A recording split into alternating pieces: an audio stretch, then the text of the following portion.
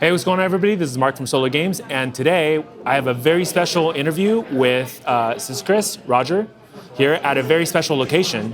This right here is Victory Point Cafe, also known as VPC. It is the local store that I play at, along with a lot of our friends. In fact, today is a live interview, so we have a live audience right here. So does everyone want to say hi?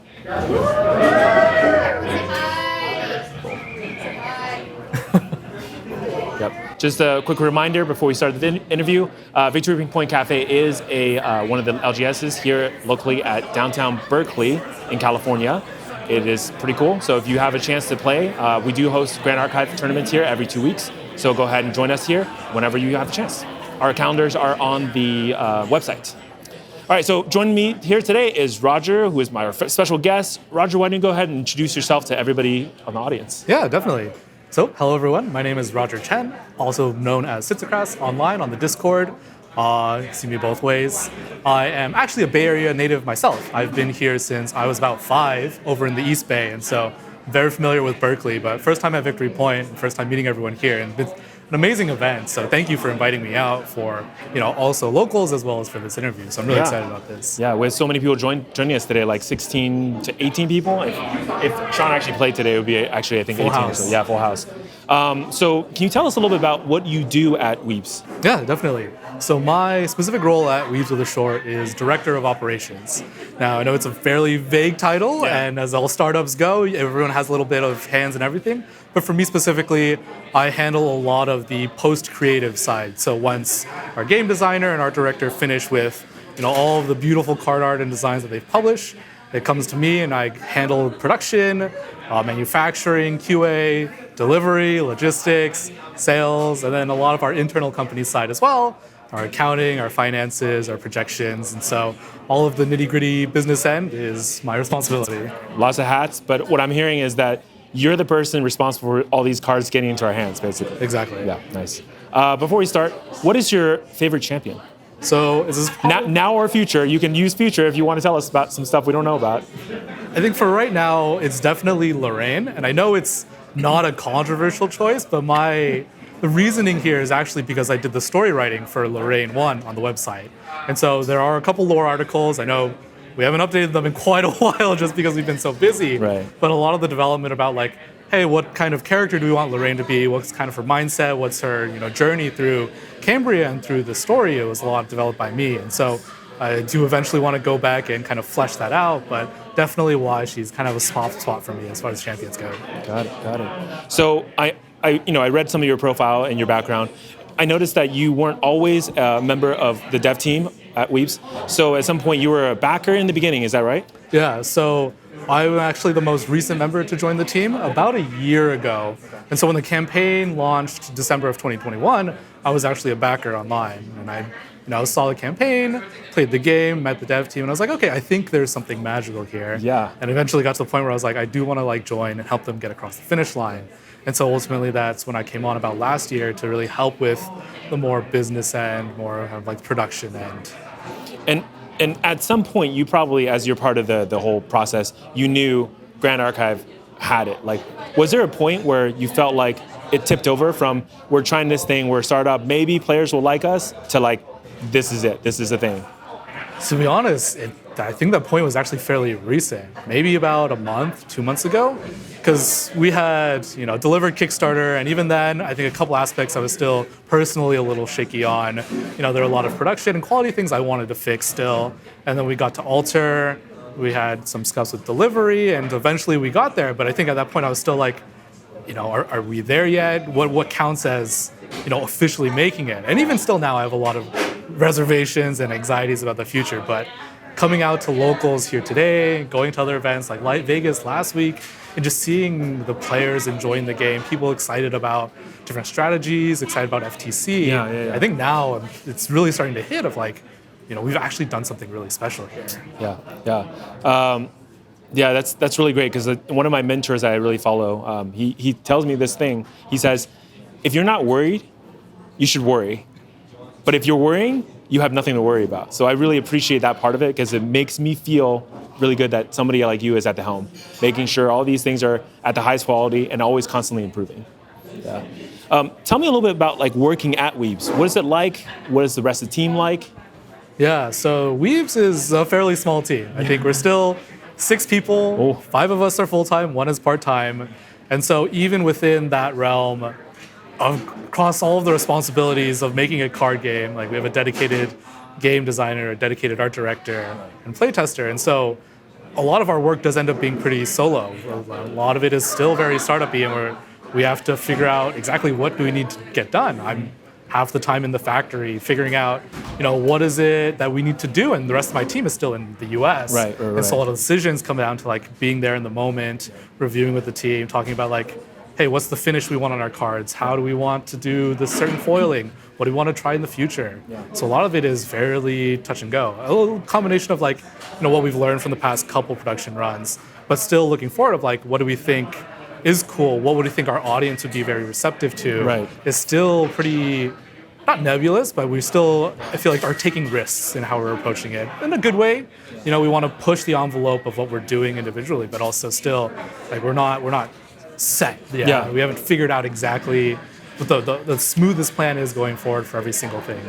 So a little bit on that point then, how are you getting the market feedback to understand like what's working, what's not working? How does that work currently today? Yeah, so a lot of it, does come from Discord, does come from YouTube videos. Yep. And to be fair, we take it with a grain of salt, right? Oh, wow, okay. There's a lot of feedback that comes through, and a lot of it is conflicting as well, right? Yeah. Boxes feel good to open, boxes feel bad to open, this feels good, this feels bad, I don't like playing this, I hate playing that. Yeah. So a lot of it comes down to like, all right, what are common threads we see? What do we think is a priority to fix? Right. What do we think is a problem, but we don't have the ability to address it now? We don't think it's kind of game breaking. Yeah. Because one of the aspects of a startup is you really have to choose what are you going to prioritize fixing, Right. Or what are you going to prioritize focusing on? Right. I think one good example of this was the super rare collation with Kickstarter. Right. I think when that, we originally came out, we're doing 1 in about 4, and although it was 1 in 4, the variance was so high that it really became such a swinging experience when you're opening boxes, of opening 1 super rare per box or opening 9 super rares per box.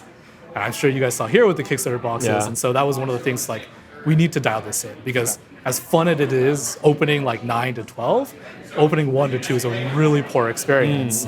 And so a lot of those aspects were like, how do we improve this for Alter? And I think for that one, we've dialed it in a bit, where you're on average opening 5 to 7. There's still some variance, but it's much smaller range where it's not as punishing or varied. Yeah, actually, on that point, I mean, I know personally, my consistency has been like 100%. I would literally tell people, here's what you're gonna expect: 6 SRs, 1 UR, and not including the foil, 3 foils of any rarity, and it's pretty much guaranteed every single box like feels this way, which I'm just really curious, why design it that way? Why do that? So there's a concept I like to talk about where it's easier to get consistency and perfection done first, right, and then to pull back a bit with your inconsistencies. Yeah. It's much harder to have an inconsistent product and then try and improve it to the point of perfection, right? If that's something that you really want to target for. And so as we were going through kind of like process design, we were like, all right, let's design it to be more consistent first and foremost. And then as we, build more room, as we've like finalized what our general production run is, we can explore kind of adding in some of that variance into there. And so it's definitely more of like a, hey, priority-wise, we want to make sure that it's the least consistent, but not mappable to the point where you're like, I know, I'm going to miss this or I'm going to hit that, or like, because at this point, right, you still have a chance for a CUR, right? You open your 3 foils and UR, and you still have that chance for something higher. And so at least there's some chase there, whereas some Japanese card games are very set. Like, you know exactly what you're going to get. Yeah. That's right, yeah. So on that, what are some lessons that, in general, your company, Weebs, have learned from other TCGs on the market?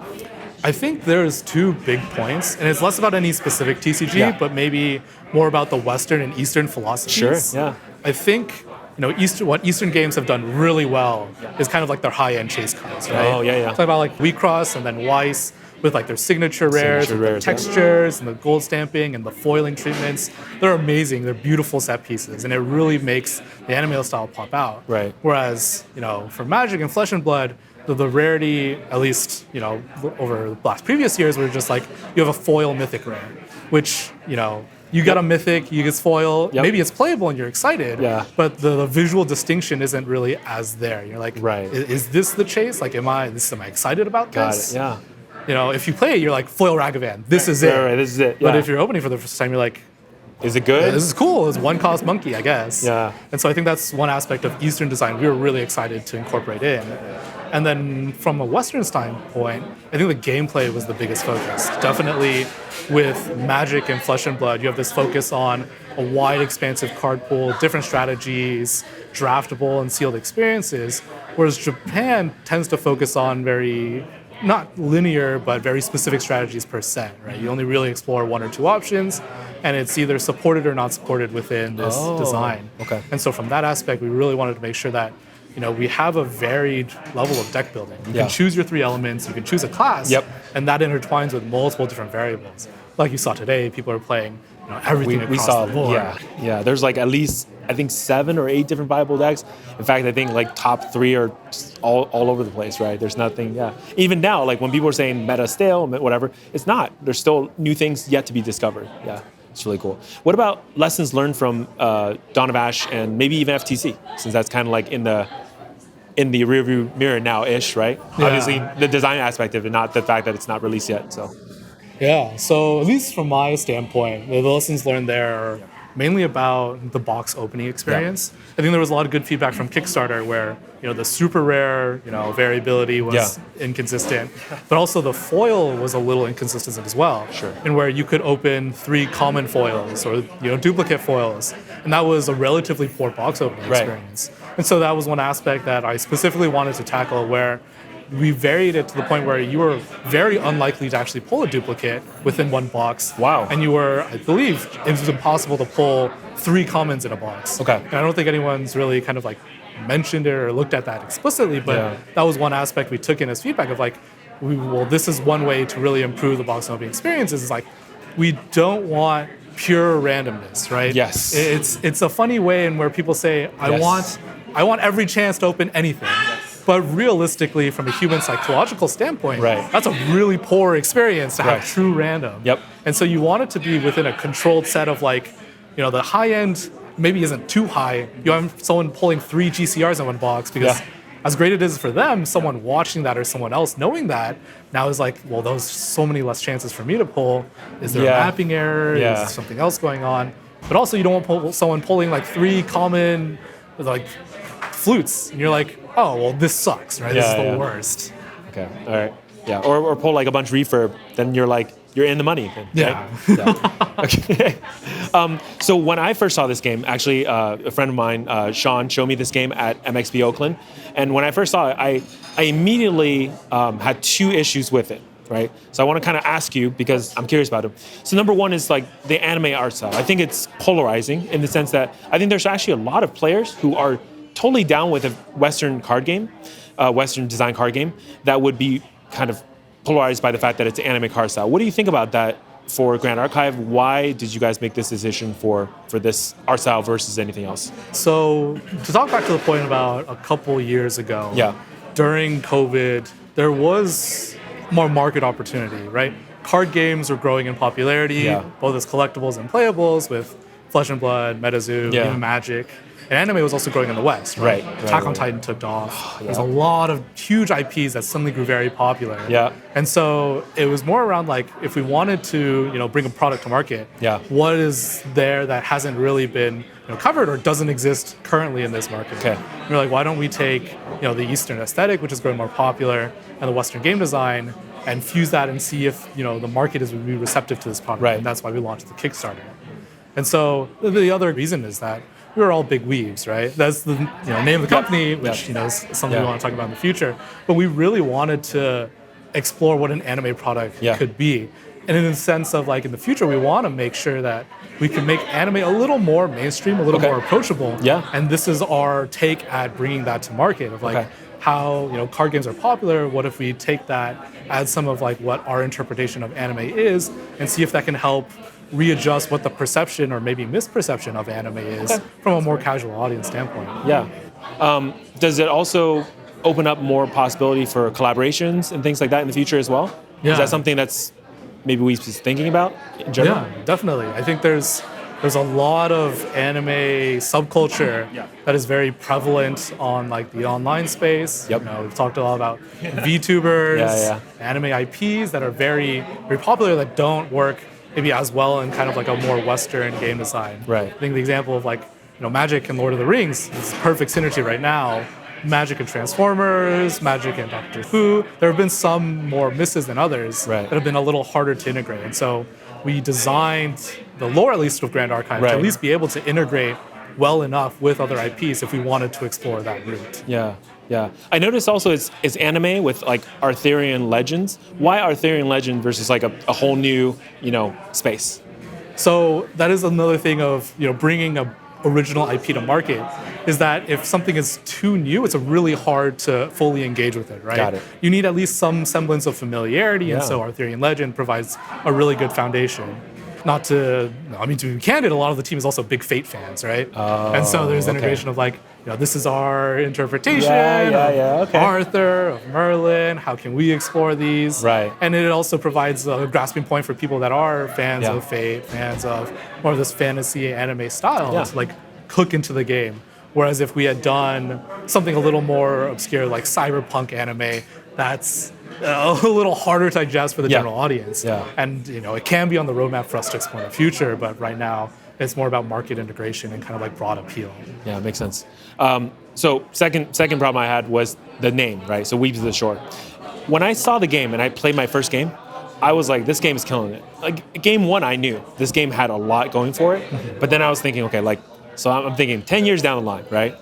Like Weebs is like NASDAQ, like top 100, You got the ticker, you got the ticker, WEBS. Exactly. And then they're like, people were looking like, wait, isn't this just like a joke, right? A sarcastic joke of a different company name. What do you think about that? And why was this just like a fun Kickstarter name, or what is that in the future? So it was before my time where the name of the company was decided. I did recommend that we talk to a lawyer, and so we are okay to utilize the name. But it's a fair point of like, after 2 or 3 years, if we are to explore like a broader company, a more public and more like presentable company, is this a presentable name? And of course, a lot of companies have changed names, and if you just need to have a holding company or a broader company overall. Exactly, And so there's that option if, of course, it ends up becoming an issue. But for now, I think it is kind of a fun talking point. It does work as kind of like an icebreaker as well. Yeah, it draws people in also in a different way.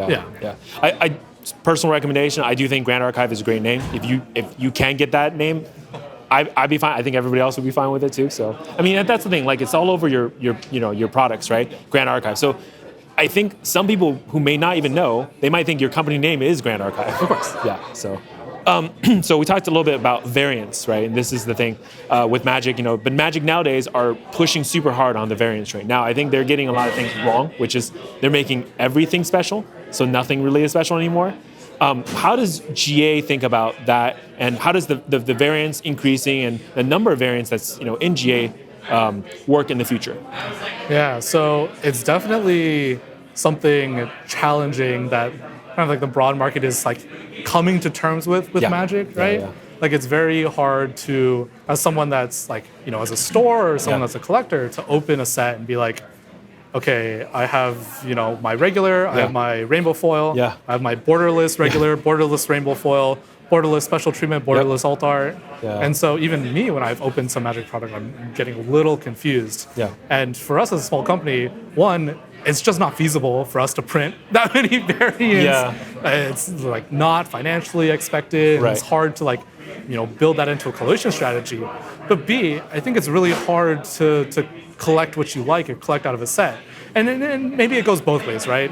Variance does increase your broad audience of collectability. Like people can collect anything they want out of all of the variants, which is one approach that Magic has, geared more towards. But for people that are more ingrained into the game, ingrained into kind of like the ethos and the company, it becomes a lot trickier to manage when you're like, you can choose anything, but not everything now.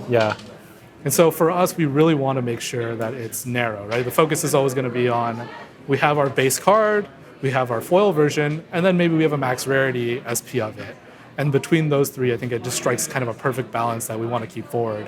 And then especially if we go and like reprint a card, there's the opportunity then we'll just make new art for it. And so instead of within one set having like 4 different arts and 4 different borderless treatments, it's just if we reprint a card in another product, say like SP1 coming up, we can just use a new art for that. Yeah. So there's a lot of options there too. Yeah. So the chase part, we talked about this with the Eastern design, where Eastern Card Games does really well. So Grand Archive, out of the first set, has very high chase, right? High like CURs, CSRs, collector super rares, collector ultra rares. It's set a pretty high expectation, I think, for a lot of the players. Do you foresee this being a problem going into the future? Maybe like players are going to expect, like maybe collectors ultra rares on every single first edition product, for example. Is that a problem for the future? I wouldn't say it's necessarily a problem, but there does come kind of like a management of perception and expectations. Because as the game grows in popularity, population sizes will increase. There is, we can always increase the number of CURs or CSRs, but at some point it's no longer going to be like 70 of one or like 120 of another that you have to expect. And so there are some expectations to manage of like, cards won't always be crazy expensive because this is kind of the perfect storm.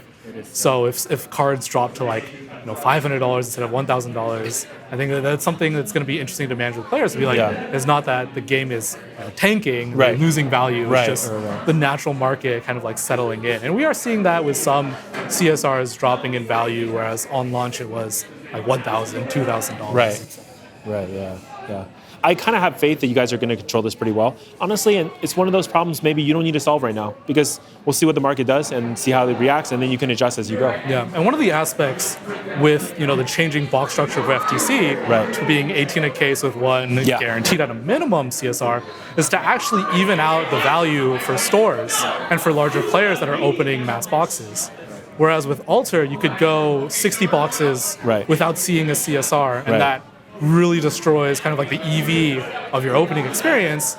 Now, at least if you wanted to mass box open for vending, for selling singles, or as a store to support your player base, you have some guarantee of value that evens out that experience. I think one of the feedbacks from like Flesh and Blood we saw a lot was that it's kind of like cold foil or legendary or your bust. That's it. And so that was a bit with Alter Edition, where it's like if you don't hit a CSR, there's luckily enough value with the foils and super rares at this point to like not completely kind of like tank it. But it's also like you see people opening CSRs and you're like, well, my value relative to that is so much lower. And so this was kind of like our take to try and see if we can even that out a bit and kind of like reduce the variance of EV at least within box opening. That's really good, and it's really great that you guys are even thinking about it from that perspective, because a lot of card games I don't think they really care much. Once they make it, they send it out, they're like, at least publicly they won't talk about it because maybe a legal issue or whatever. One of the things that really drew me to Grand Archive as a collector, right? So I collect a lot of Magic cards and stuff like that. Is this whole concept of you guys, the core team, believe in a 50-50 split for a healthy card game of collectors and players. Can you tell me a little bit more why that choice was made? Yeah, I think as a team, we are actually a mix of both players and collectors as well. We have people on the team that are very deep players. They really enjoy Magic Draft. And we have people on the team like me that don't actually play that many card games. I'm mainly a collector focused as well. And so I think there's just like a healthy balance required. And of course, for games, it's a lot easier to either focus one or the other. Like, do you just print until like singles are very competitive or cheap, or you print, very exclusive chases that like force players and collectors to kind of compete. And we think that, there needs to be somewhat of a balance, right? You do want to maintain box EV because it's important for LGS to be able to sell your product to make margin. Yeah. And so you have two options there of like, you print very unique chase staples, or you print highly collectible pieces. When you print chase staples, and I think English Yu-Gi-Oh! Is an example of this, you have meta decks that end up being ludicrously expensive. And so it's very unhealthy from a player standpoint when you're like, if I want to play meta, I need to buy into an $1,000 deck, right? I need to buy into different aspects of this. And because the box structure is in a way that unique staples are the chase, and you have a very unhealthy, very unapproachable game at certain points. But then the converse is that like, if you only have collectible pieces, if you only have chase, then the single market is like very unstable for a store to really promote, because you do need some valuable singles as far as like both chase pieces as well as competitive staples in the $20, $30 range for a store to see more consistent revenue as well. And so a lot of the focus on this was that, hey, how do we make sure that a store can make money on our game to make sure that they're willing to push and promote it? Because one of the target aspects of strategies was that, like, if we can prove that our game has a better margin for a store, isn't that incentive for a store to market and push our game versus anything else out there? Yeah. And so that's where the real focus on drilling in on, like, how do we make sure it's both collectible and playable? So there's a balance of that, like, foils are worth value. Yep. Players or high rarity players want to chase them. Collectors want to chase them. And so a store has liquidity with those pieces, but also that we design a game that's well balanced and fun so that at least some of the game pieces are also chases or staples as well. And so that gives stores both options to play with and at least see different revenue streams and options within their realm. Yeah, I personally love the fact that there's something for everyone. And that's like really key for a card game like this because it really sucks that when options for a lot of the current card games is if you print more products to make the game more available, you're shattering everyone else's like portfolio of like collectible cards, or vice versa. You don't print it, no one can have the decks, but now we have $1,000 decks that no one can really run. It just had another feel bad. Yeah, and it's a tough balance. Yeah. It's something we're still trying to manage on our end, and we'll see that as our print run scale or as new sets come out. And of course, we're not going to be perfect. Yeah. But it's something we definitely do want to try and manage, at least because in the benefit of both stores, players, and collectors. One of the things I really love about Grand Archive is the quality of the products, right? So from even the feel of these products, from the cards themselves, everything is just really, really spot on. I noticed the paper is pretty thick, right? So trying to remember this correctly, like 350 GSM paper, white core, imported from Italy, custom. You guys go find this. Basically a mix of cardboard but also plastic to ensure the foiling doesn't curl. That's got to cost a lot, right? So how do you guys balance that cost for the players, and also what happens as you increase print runs for this? Do we continue this high quality, or does something have to give? Yeah, luckily it's something that we've built into our margin as far as the product goes, that we can sustainably continue to source this paper and continue to use it. Yeah. But like you said, scaling does become something that we need to consider. Mainly not for the paper and how we're sourcing it, but because our paper is so much thicker, we actually die cut a little differently than industry standard. Okay. So industry standard die cutting is usually like large sheets that move down, that get sliced into ribbons and then smashed through a die. And that's why you see a lot of Magic cards or a lot of Cardamuni printed cards, you have that corner kind of like chipping. Yeah. And so that's like the main reason for that process is because it's quick, it's cheap, and it's easy, but it's only really usable with a certain thin cardstock. Okay. Because of our thicker cardstock, we actually have a die press that just takes a sheet and cuts it out into card molds itself. And so it is slower, and so that's something we do need to take into consideration as we end up scaling print run. As far as quality goes, like the paper and the printing on offset printing really can scale infinitely. So it's not as much of a concern there. Right. But for die cutting, it's something that we do really need to take into consideration. How do we scale and maintain this level of quality if our card runs do increase beyond what we have now, 2x, 3x, 5x? All music to my ears, actually. I love this. This is definitely the things I care about, fakes and countermeasures. So I feel like at this point I've built myself a pretty strong fake detector for myself. I've done all the things I can do. I'm still working on my countermeasure guide against fakes for Grand Archive, but obviously the true way to test it is once I see some actual fakes on the market. As I can think, if your card game goes well and it's going very well, there will come a day when other people are going to counterfeit your cards. What are some countermeasures you guys already put in place against that? Yeah, so there are a couple aspects on the cards that we could use a loop to kind of analyze and see, features that to the naked eye you wouldn't be able to tell. Of course, I don't want to go into too much detail to specify it here, but there are definitely aspects of that at the 1 to 2 pixel vector length, where on the card art or on the foil layer that we can kind of spot that and really specify it. So, we will see fakes on the market. Depending on what they're trying to fake as well, there's a lot of details we can look at. For instance, faking CURs and CSRs, we have the original texture files. A lot of those are vector, a lot of those are really hard to visually reproduce and then come back to, as well as the spot UV on the back to precisely replicate that, of course, is another hurdle. Yeah. It's not impossible, but in combination with some of the other aspects, I think we have a good way to really prevent against fake and counterfeit detection at the moment. Yeah, I think honestly, even just sourcing the same paper will be pretty rough. So, because it's not the standard card games paper that a lot of card games use, right? Yeah. Additionally, you can look at the print quality of our game relative to some of the other games. Yeah. Because of the DPI we're printing at, you actually have a very small, very fine rosette pattern. Yeah. And so that automatically is kind of just a barrier for printing. Right. Of course, some fake manufacturers do have their own large-scale stock printers. Yep. But to match that pattern, to match that density exactly, is also a different story compared to some of the lower density rosette pattern games. Yeah. Can you give me give our audience a quick, fun production story that's not known or not well known? So this was actually an interesting one, and where I can bring this out. Every time we look at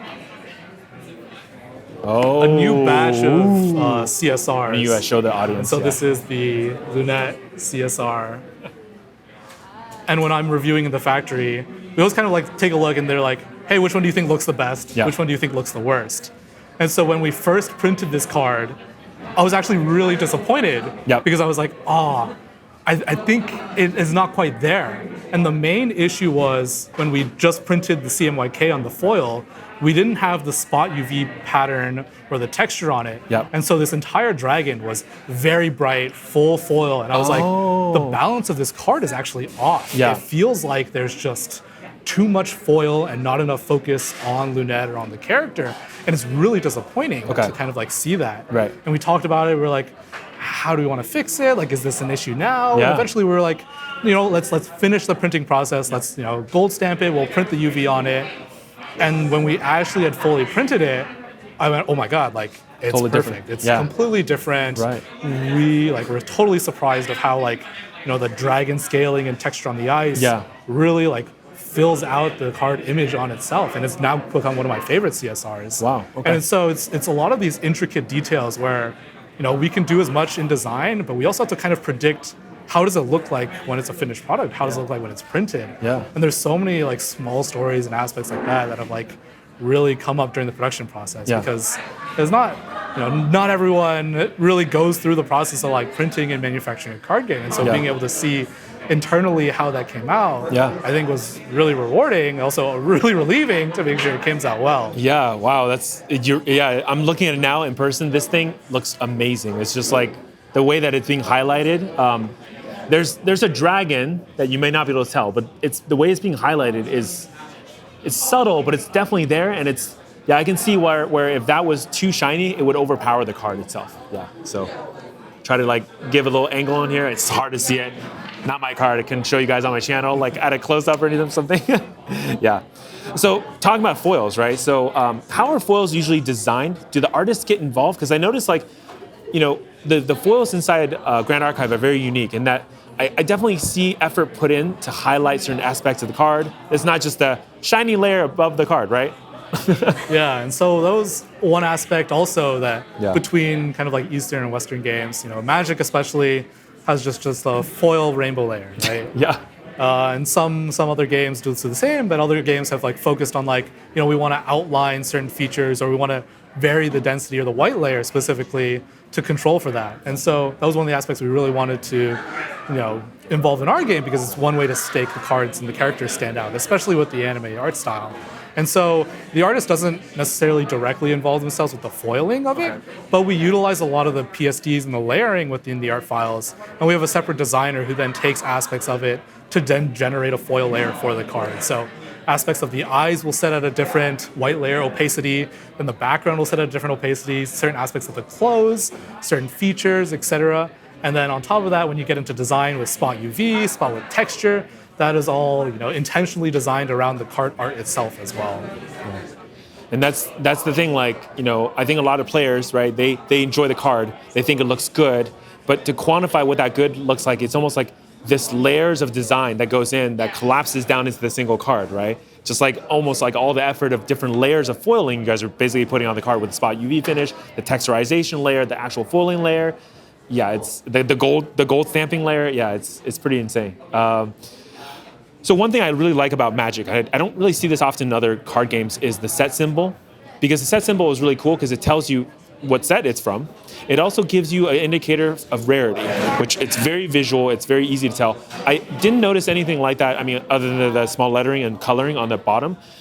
So Grand Archive is vowing not to use the set symbol. Can you tell me a little bit about why not? Yeah, so the decision is probably a little bit before my time. Okay. And if I was to make, best guess, it was just more about priority of like, we want to design like a well-balanced and well-suited frame. We want to make sure that the information is readily visible, but not overpowering. But we're also limited on kind of like, how much we can design into that. And so the priority of like, are we going to spend time designing individual set symbols? Yeah. Whereas we need to spend more time like focusing on the game and just like frame and just the layout correct. Probably more of like a trade-off and balance there. Yeah. I think there are a lot of aspects, games do well with that, where they like have different gems that represent rarities, or they have different. Like I think Hearthstone has like a actually nice representative. Yeah, it's gem very system. Yeah, I think so. But it's a little harder to balance like color or like outline with that when you have like a very kind of like low-key, very simple frame as well. Yeah. So, what about like the future sets? Are there kind of ideas about like other styles of an anime that may come into Grand Archive, or is this going to be purely this style or thematic? Yeah. So, of course, there's the opportunity to explore different styles, but we've also made a name for ourselves as an anime aesthetic card game. And so, while it might not necessarily always be, high fantasy anime, I think there's different genres within that space we'd love to explore as well. Yeah. And as time grows and we move around, there's a lot of opportunity, I think, especially because it's an original IP game, as an original team that fully owns the licensing and art direction for our game, that we can have the options to explore. Right. But also, we don't want to alienate kind of like the core audience as well. If we veer too far off too soon, we have the trouble of like, we're attracting new people into our game, but we're also kind of alienating that core audience. And so how do we balance that as a new game, of course, is always going to be our priority of like, how do we always make sure that there's something exciting for like our core base that has been supporting us, that really bought into the game in the first place. Yeah. Wow. Like, I mean, basically at this point, I always think like, for anybody who hasn't even tried Grand Archive, like at this point, you should just give it a shot, because this game is like, I mean, look, they really care about the players, they really care about the collectors. I've been trying to tell people on my channel like for months now, hey, there's something special here. So, anyways, here we're kind of going into the little bit more personal level. I want to ask you some fun questions. Sure. I need a Citsacras origin story. I love screen names, right? So I need to know like how this is like you were like 10 and you first got on Diablo like 1, and you're like, all right, I need a name. Why Citsacras? What's your origin story? So it was basically, I don't remember, was this middle school? My old screen name, I was like, this is too childish. I need to dump it. I need a new screen name. Oh, what's it gonna be? I was watching a lot of Day 9 at the time. And so he had talked a lot about, as he was casting pro games, he was like, there's a lot of Korean pro players that use different words backwards. Like, cyborg, backwards his name will be X. Or like energy, backwards it'll be this. And I was like, I think that's a really cool idea. Like, me being an edgy teenager, what word I think suits me? Of course, every teen at the time was like, I'm the sarcastic little, like, speak my mind type thing. So I was like, well, what if I inverted sarcastic? Let's see how that works. And I was like, hey, visually, it looks like a well-structured screen name. Like, it pronounces something, and it's not, too kind of like out there. I'll roll with it and see how it goes. And so that's kind of how it's been. You kept it, yeah. So you mentioned earlier on you're more focused on being a collector. That's where your engagement with tradable card games. What is your what game do you collect other than Grand Archive? So there's quite a few. Pokemon I do collect, of course, collected as a child. Yeah. And then, during COVID, you're like, oh, I have all these Pokemon cards again. I'm going to look into it. Yeah. And then it was like Shining Fates, but it got super overwhelming. And so I was like, let me narrow it down. Like, my favorite Pokemon's Glaceon. Let me just look at like all the variants of Glaceon out there. I love to build a collection of that. And it was just a weird quirk, but in college, freshman year, I'd watched a lot of Magic for some reason. I'd watched a lot of draft. I've never played Magic at this point, but I watched so much of like Kenji drafting. And I was like, what if I bought into Magic? So I bought a box of Eternal Masters. Okay. For no reason. You just randomly bought like master sets. Okay. I was like, this looks cool. I'll open it. Yeah. And so that was like the start of my Magic collection. It never really went anywhere from there. Right. But back during COVID again, when Strixhaven released, I was like, wait, like this subset looks really cool. Yeah. I was buying Pokemon products from Japan at the time. I was like, Japanese Strixhaven boxes are kind of cheap. I guess I'll buy those and see. Yeah. I ended up opening both alternate art, Demonic Tutors, the full foil and the edge foiled one. And I was like, well, I might as well collect like the full mystical archive set. Yeah. And so I did that because I was like, I love the kind of like the art aesthetic, the art appeal here. And I have that fully finished. Yeah. But I kind of just still don't play Magic. Well, I mean, you're basically playing Magic if you play Grand Archive, I feel like, right? It's very close. There's a lot of elements that are similar. Yeah, and then I do collect Weiss as well. Okay. You know, anime, different IPs. I think there's just a lot there to explore. What's your most expensive card? Most expensive card? Yeah, there we go. What is it? I think I have a Weiss card that's like $2,000. Whoa. Okay. I did pull a borderless foil Jeweled Lotus from my first Commander Legends pack. Yeah, I was going to say it's probably worth nothing, but then you said Jewel Lotus. We know that's worth money, so yeah. Until the reprint. Yeah. Sell now. Sell your stocks. Sell everything. And then I have a PSA 10 Glaceon staff promo from the Crosshatch tournament. Okay, that's... So it's pretty niche. Yeah. I found it on eBay where this guy was like selling a couple copies. Okay. Just like, I'm just trying to move them. Yeah. And upgrading it, come back as a PSA 10. And I was like, I think this is like pretty cool. There's not great. that many out there. No, for sure, yeah. What about other games, like video games, stuff like anything you're interested in? What's your thing? Do you play rhythm games? I played DJ Max 5 a lot. Okay. The team is really big into rhythm games. I do play, Mai Mai, Chunitham, Waka. Okay. So I've played a lot. Not great, but I think it's a lot of fun. Shooters are the worst. I can't play any shooter. Did play Dota for a bit. Played League. I play a lot of visual novels now, just because I don't have time to play much else. It's like watching a movie, but you're the movie, right? Yeah, exactly.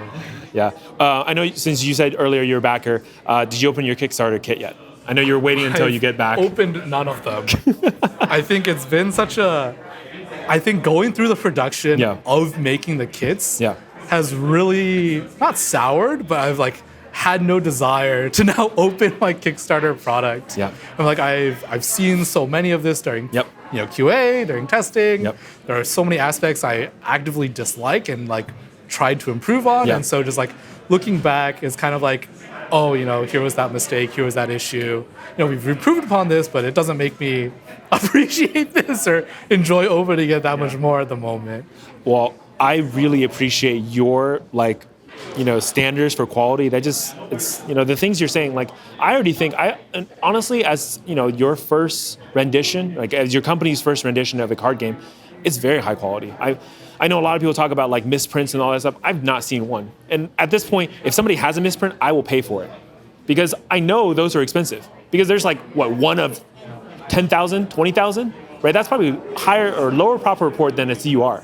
It's just what I've seen so far. So that's really, really good. Yeah, I think I've seen one crimped card, and I've seen two miscut cards where it's maybe a sliver of the border showing, but nothing near kind of like what you expect. Oh, I mean, like I have Magic packs where I have the cards kind of like drifting as they cut the die, right? And I'm like seeing the second card as the cards, each extra card drifts down lower a little bit. So yeah, that's a true misprint, right? And so, some rapid fire questions for you. Favorite deck?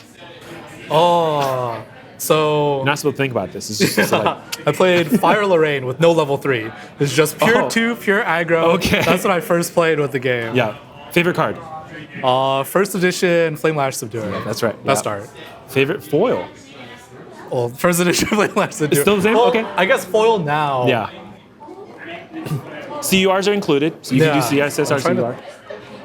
I was a big fan of the slipping. The Parsonet CSR foil coming out in FTC event. Yeah. I was like, I don't know about this thing yet.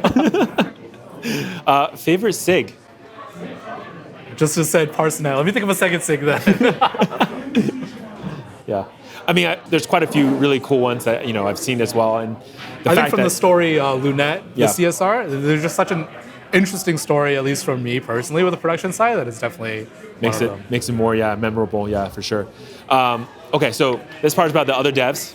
Okay, so not you, but the other devs and what they're best at. Okay, playing the card game, playing Grand Archive. Who's the best? Silidar, probably. Okay, it's probably true. Yeah. Drawing, artwork. Tim, our art director. Rhythm games. Who's the best? Silidar is. Silidar? Yeah. 2 for 2? Okay, all right. Anime knowledge. Our art director. He is. They just sweeped. Yeah. All right. We do have a live audience, so I'm just going to throw it to the audience. Does anybody want to ask a question? You can tell me. I'll try to repeat it on the mic, so I don't have to pass it. Brisket boss coming. Well, when the game slows down, of course, Tris becomes much more viable, right? That's right. So with FTC, we'll see. When the game slows down is the answer. Anything else? Any other questions? Yes.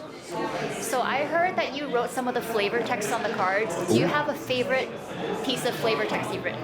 So It's actually the Lunat flavor text. Can you read it, please? yeah. So it says, "Kneel, your ceaseless violence is not welcome here." It says Neil. Dang. And she says this with a dragon in the back. So I mean, she can. Yeah. I'll oblige. Well, we'll have time for another question. Any question? What has been the most rewarding part of being a developer, and what is the most challenging part? I think Most rewarding, most challenging part of being most a dev. rewarding, of course, is like coming to the game stores, seeing the people play the game, Yeah. seeing people willing to spend not only their money but their time on something we've created is really heartwarming, but also sets a really high expectation for us that I don't want to disappoint. I want to make sure that we're able to keep delivering a product and experience that people can enjoy. Right. And that's where, some of the, worries and stresses and anxieties definitely come from, is that, how can we keep scaling and keep growing this, Right. but making sure we aren't disappointing the people that have put their faith into us in our game. And then I guess it's kind of twofold. That is one of the most challenging aspects of it, is I really don't want to disappoint, right? And we've created this game, we've created something special. As long as we can sustainably do this, we want to make sure that we can keep putting our players forward first. Yeah. Oh, question? Second question, yes. Yeah, so in the long run, is Weebs ever considering adding or introducing new elements into the game, maybe as they introduce champions, or is that just rapidly? So in the long run, is Weebs interested in or going to introduce new elements to the game, or is that something outside of the design space currently? Yeah, so the base elements will always stay the same. It'll always be fire, water, wind, and norm. But the advanced element space has quite a few bit more to explore. We have some of them already set, and we're testing with them, with future sets. But the idea is eventually that once we've explored all of the advanced elements, we can now mix and match them with different champions. Yep. And so you can play, Luxem Cleric. You can play, Assassin with Astra. You can play a lot of these different element combinations, which should explore the deck building options. And you see with the advanced element designs already that you have cards that say class bonus, but not associated with the class they are currently, like Excalibur. And so that provides the future expansion space when we do eventually get around to them. Or just play Trisket. Or Trisket. Okay, so question, yes. I think it's really great how the devs are so transparent and always interacting with the Discord directly with the customers. But do you anticipate that can really last for how long, much longer? Especially if you eventually become more corporate, a PR team end up taking over and then you won't be able to do that anymore. Yeah. So we're getting this interview in before the PR team, right? It's always a concern. And for me, I've already kind of felt it. Yeah. I can't be as active as I was, 4 or 5 months ago. I've just become so busy with different aspects of production, with sales, with logistics in the company, that it's not necessarily not worth it, but it's just the expectation is that I can't be there anymore because I have so many other priorities to making sure that we succeed as a company. Yeah. And eventually, unfortunately, I think we'll end up in that space of we have community managers or members, but I think it's always something that a team that we kind of are excited about is really engaging with the community. So if it's not, every day on Discord, it'll potentially be at Anime Expo or different events or at local game stores. We do have to, every great interview does have to come to an end, so we'll end it here. But just before we, close it up, anything else you want to share with the audience? Share with, pretty much. I'm assuming the Grand Archive people are going to watch this, but I'm also thinking like a lot of the Magic people probably will watch it because my channel has been built based on Magic, content.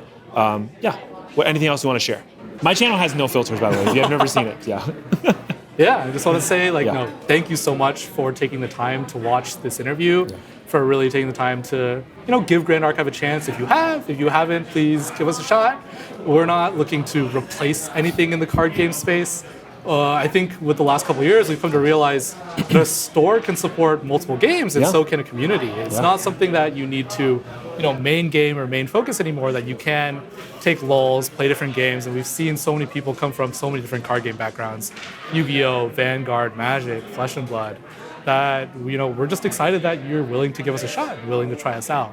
And so, for anything big coming up, Fractured Crown is releasing on August 25th. At your local game store. So please, if you haven't already, check out, see if your local game stores will be hosting events. We have our sealed kits, which should make for a very fun intro experience. Yeah. And I hope you stick around. Yeah. All right, with that, that's the end. Thank you so much, Roger, for this great time and chatting with me. And for everyone else, this is Mark, Solo Games. Stay classy. We out. Cut. All right, guys, that is the video. I want to give a big shout out to everybody who was there to make this video possible.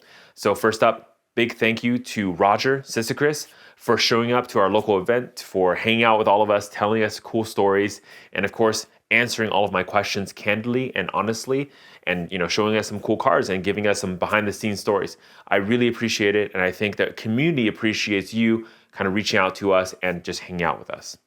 Secondly, none of this could be possible without a very professional crew behind the scenes making it all work. So big shout out to the professionals, Eva and Fome, for doing the whole thing. They had a 3-camera setup with different lights and everything to really just make that video super crisp, but also not just the pre-production stuff, production stuff, but also post-production. All of the editing, all of the syncing and getting everything going together. My microphone actually had some issues and they fixed all that stuff post-production. So big shout out and big thank you for all your hard work in making this video possible. Third, I want to thank everybody who showed up, all the community, all the players, everybody who showed up and answered questions or asked questions. Thank you so much for being there. The community is why Grand Archive exists, and really that is at the core of what we do.